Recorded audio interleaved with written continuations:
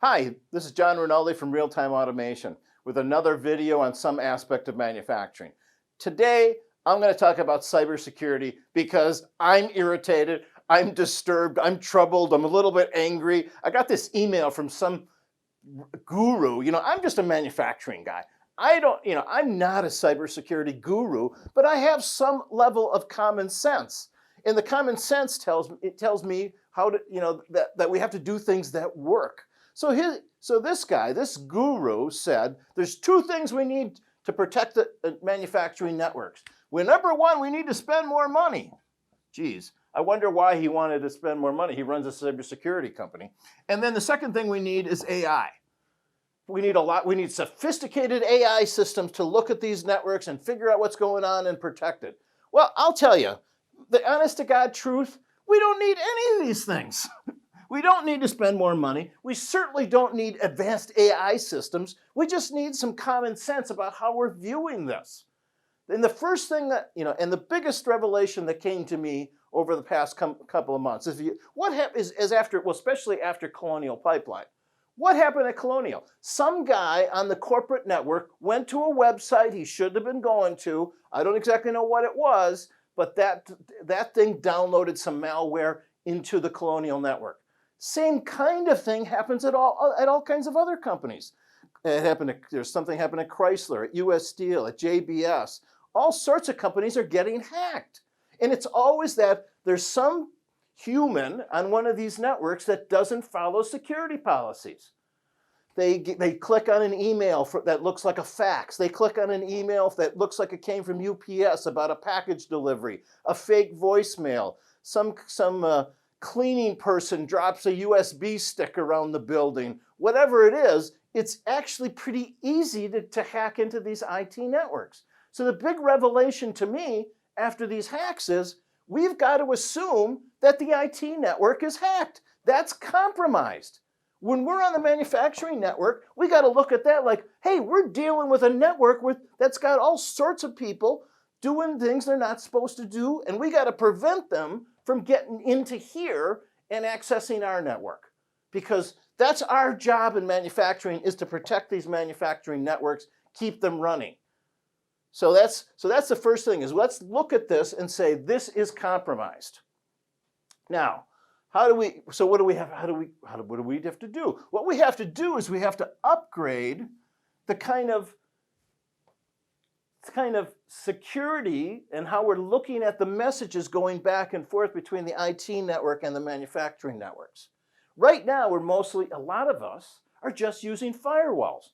Well, firewall is okay, but if you've got a quality app running on this PC over here, and it's talking to a PLC in this manufacturing network, then the firewall says, okay, yeah, that's the quality app PC, it can talk to the PLC, let that message go through. Well, if this gets compromised, it doesn't look at any of the messages going through, so it just says, oh, that's the quality app PC, yeah, that can talk to this PLC, no problem. So now this guy says he starts reading all sorts of tags, he starts writing tags, he kind of download new PLC programs, does anything, it's like Disneyland to him. He can do whatever he wants. He's walking around looking at all kinds of things that are going on in this manufacturing network now because a firewall is inadequate.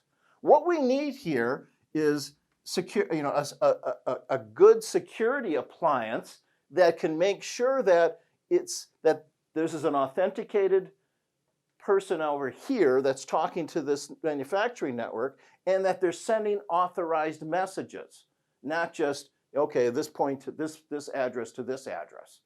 Now, I've written an article about this, and the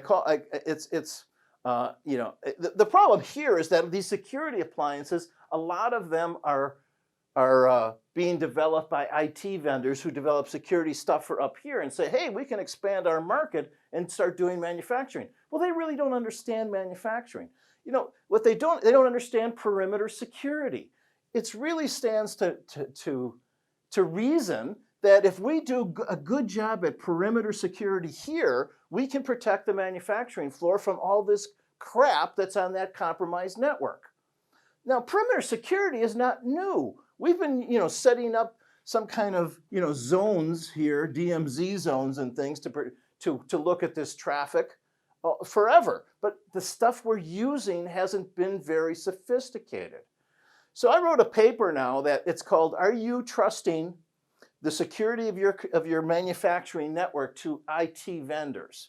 And it talks about perimeter security, the value of perimeter security, and what you need to look for in a perimeter security device that's actually going to do the right kind of authentication and authorization and can really protect your manufacturing network from a compromised IT network. So the first thing I'd like you to do is to download the paper. The link is down below about trusting your network to, about perimeter security, about trusting your security of your control system to that IT vendors. The second thing I want you to do is to get on my cybersecurity email list. Every couple of weeks, like I said, I'm not a security guru, but I look for reasonable things. So I write about reasonable things that I've learned about cybersecurity. So every 2 weeks, it's a short read, less than a minute and a half, of things that I've learned about cybersecurity. So go down and click on that link, get on that list, and you'll get a little bit more information from me, really small, bite-sized pieces, and we'll be able to fix this problem without spending a huge amount of money and putting in expensive and complicated AI systems. That's what I have for today. I hope you enjoyed it. I'll look forward to talking to you on the next video.